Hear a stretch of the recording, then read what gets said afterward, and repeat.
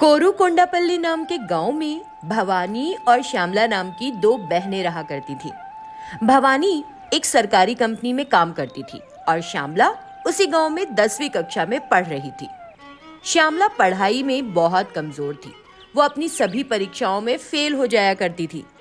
भवानी ने उसकी ट्यूशन भी लगाई, लेकिन सब बेकार रहा। एक दिन जब भवानी अपने ऑफिस में काम कर रही थी तो उसकी सहेली विजया उसके पास आकर कुछ यूं कहने लगी। भवानी, मुझे तुमसे कुछ बात करनी है। क्या बात है? तुमको प्रमोशन मिल गया है क्या? ऐसा कुछ नहीं है। हमारे ऑफिस में दुर्गा कुछ ही महीनों में रिटायर होने वाली है और तुम्हारी बहन 10वीं कक्षा में है ना? तो अगर तुम्हारी बहन 10वीं पास कर ले तो ये जॉब हम उसे दे देंगे। क्यों, क्या कहती हो? जब विजया ने ये बात बताई तो भवानी को बहुत खुशी हुई और उसने इस बात के लिए धन्यवाद दिया। श्यामला को नौकरी दिलाने के लिए वो परीक्षा में पास हो जाए, इसके लिए उसने कड़ी मेहनत करनी शुरू कर दी। दीदी, ये पढ़ाई मेरे लिए बहुत कठिन है। अब मैं और नहीं पढ़ सकती, मुझे अकेला छोड़ दो।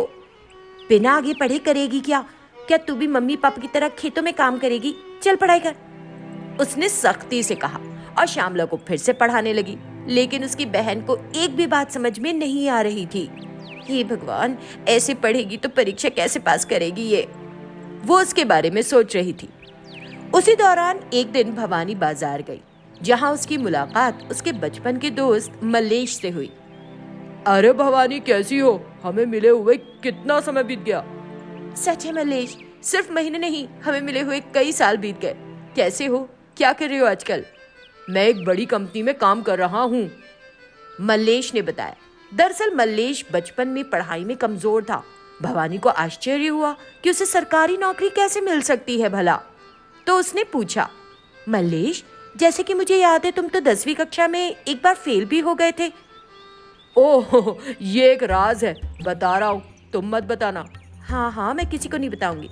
मेरा एक दोस्त है, वो प्रश्न पेपर सेट करने का काम करता है। मैंने उसे मेरी मदद करने के लिए कहा तो उसने सेट किया हुआ पेपर मुझे परीक्षा से पहले ही दे दिया,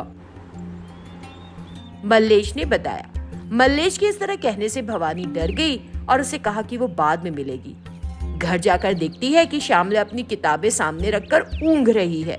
भवानी ने उसे जगाया और पूछने लगी, श्यामला, परीक्षा कब शुरू हो रही है तेरी? हाँ, बस 1 वीक बाद, लेकिन मैं फेल हो जाऊंगी दीदी, और रोने लगी। तब भवानी को मल्लेश की कही हुई बात याद आई। अगले दिन वो गई और मल्लेश से मिली। मल्लेश, क्या तुम मेरी एक मदद कर सकते हो? मेरी बहन 10वीं कक्षा में है। क्या तुम उसके लिए सेट किया हुआ पेपर ला दोगे मुझे? हाँ, थोड़ी मदद हो जाएगी। जब उसने पूछा तो मल्लेश हंस दिया और बोला, ओह, इतनी सी बात, ये तो हम हर साल करते हैं, लेकिन इसमें थोड़ा खर्चा आएगा। जब उसने इस तरह कहा तो भवानी उसे पैसे देने के लिए भी रेडी हो गई। उस दिन से मल्लेश भवानी के लिए पेपर्स लाने लगा। भवानी अब श्यामला को पेपर में दिए हुए प्रश्न करा रही थी। क्योंकि उन्हें प्रश्न पहले से पता चल रहे थे, श्यामला अब हर सवाल का जवाब लिखने में कामयाब हो रही थी। फिर 10वीं कक्षा का नतीजा आया और श्यामला उस पूरे गांव में प्रथम आई। सबको तो ये लग रहा था कि वो इस साल पास भी नहीं होगी, लेकिन उसने टॉप किया तो ये खबर हर तरफ फैल गई और आखिरकार पुलिस के कानों तक भी गई। पुलिस ने श्यामला को स्टेशन बुलाया और अपने सामने परीक्षा लिखने को कहा, जिसमें श्यामला एक शब्द भी नहीं लिख सकी।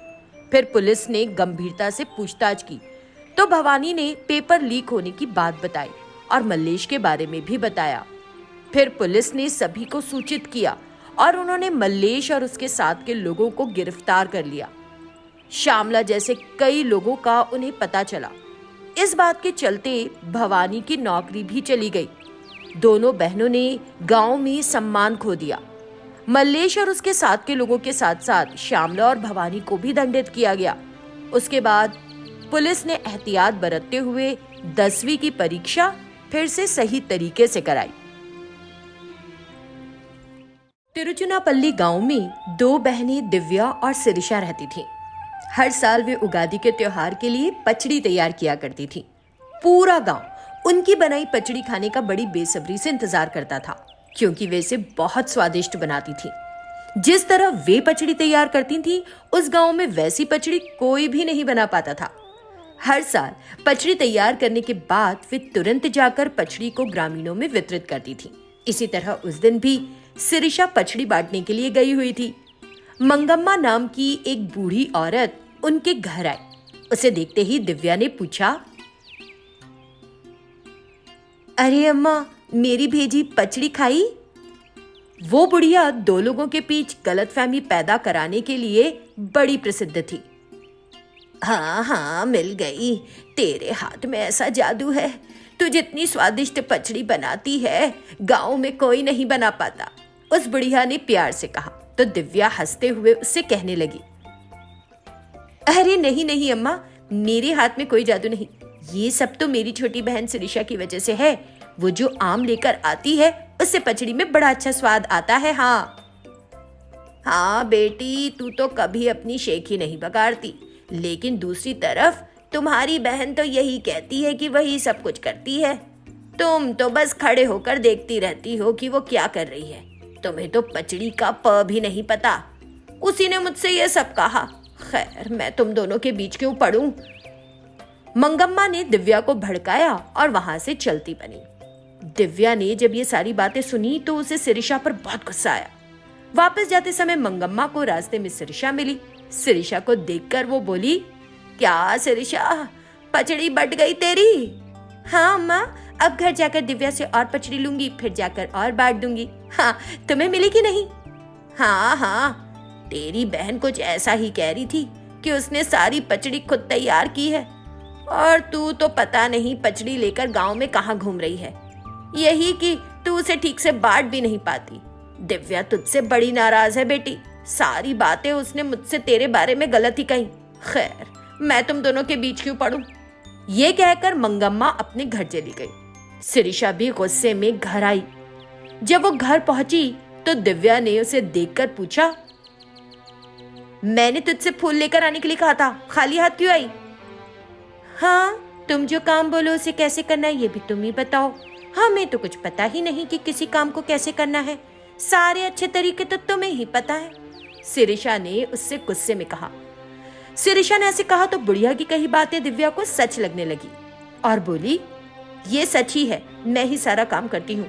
काम कोई करता है, तारीफ कोई लूटता है। वे दोनों आपस में लड़ने लग गई। उस दिन से वे दोनों एक ही घर में अलग अलग रहने लगे। यहाँ तक कि उगादी की पचड़ी भी वे दोनों अलग अलग तैयार करने लगी। जब दोनों मिलकर पचड़ी तैयार किया करती थी तो वो बेहद स्वादिष्ट बनती थी, लेकिन अब उसमें वो स्वाद नहीं रहा। दोनों ने एक दूसरे से बात तक करना बंद कर दिया था। बहुत सालों बाद शुभ्रवर्त नाम का साल आया। इस साल की उगादी बड़ी खास थी। एक दिन दोनों की बचपन की सहेली उमा उनसे मिलने के लिए आई। वो उन दोनों से मिलने के लिए बड़ी आतुर थी, लेकिन जब उसने देखा कि दोनों आपस में बात नहीं कर रही तो वो पहले दिव्या के पास गई। दिव्या का चेहरा एकदम उतरा हुआ था, तो उसने उससे पूछा, क्या हुआ रे तुम दोनों को? एक दूसरे से बात नहीं कर रही हो, क्या हो गया है? उसने पूछताछ की। तब दिव्या ने मंगम्मा से उसे जो कुछ पता चला था सब उमा को बताया। उमा ने उसकी बात सुनी। तुम्हें किसने कहा कि शिरीषा ने तुम्हारे बारे में बुरी बात की? मंगम्मा ने बताया। दिव्या ने दुख से कहा। उमा ने एक और शब्द नहीं कहा। वो सीधे शिरीषा के पास गई और उससे पूछा कि वो दिव्या से क्यों नाराज है। शिरीषा ने उसे बताया कि दिव्या दूसरों के सामने उसके बारे में बुरी बातें करती है। तब उमा समझ गई कि उस बुढ़िया मंगम्मा ने दोनों बहनों के बीच गलतफहमी पैदा की है। उमा उस बुढ़िया की इस आदत के बारे में अच्छी तरह जानती थी। तब वो तुरंत उस बुढ़िया के पास गई और लाकर दोनों बहनों के बीच उसे खड़ा कर दिया और उस पर चिल्लाई कि वो सब कुछ सच सच बता दे। तब मंगम्मा ने सच्चाई को स्वीकार किया और रोने लगी और माफ करने के लिए प्रार्थना करने लगी। तब उमा ने उसे अच्छी तरह धमकाया। आखिरी बार कह रही हूँ, अगर तुमने फिर कभी किसी के बीच गलतफहमी पैदा करने की कोशिश की तो पूरे गांव के सामने तुम्हारा पर्दाफाश करूंगी। उसने उसे धमकाया और भेज दिया। तब दोनों बहनों को समझ आया कि उस बुढ़िया की बात में आकर वे नहा कि एक दूसरे से इतने दिन नाराज रहीं। मैं इतने सालों के बाद तुम दोनों के हाथों की बनी पचड़ी चखने के लिए आई थी। तुम लोगों से मिले कितने साल हो गए रे। अब नाराजगी दूर हो गई हो तो। तब दिव्या बोली, ओह अच्छा, हम अभी बनाकर तुझे खिलाते हैं। शिरीषा जा तो जरा आम ले आना, दिव्या ने कहा और फिर पचड़ी की तैयारी करने लगी। उन दोनों ने मिलकर पचड़ी बनाई। उमा ने उसे खाया और फिर कहने लगी, जब तुम दोनों मिलकर पचड़ी बनाती हो तो उसका स्वाद लाजवाब होता है।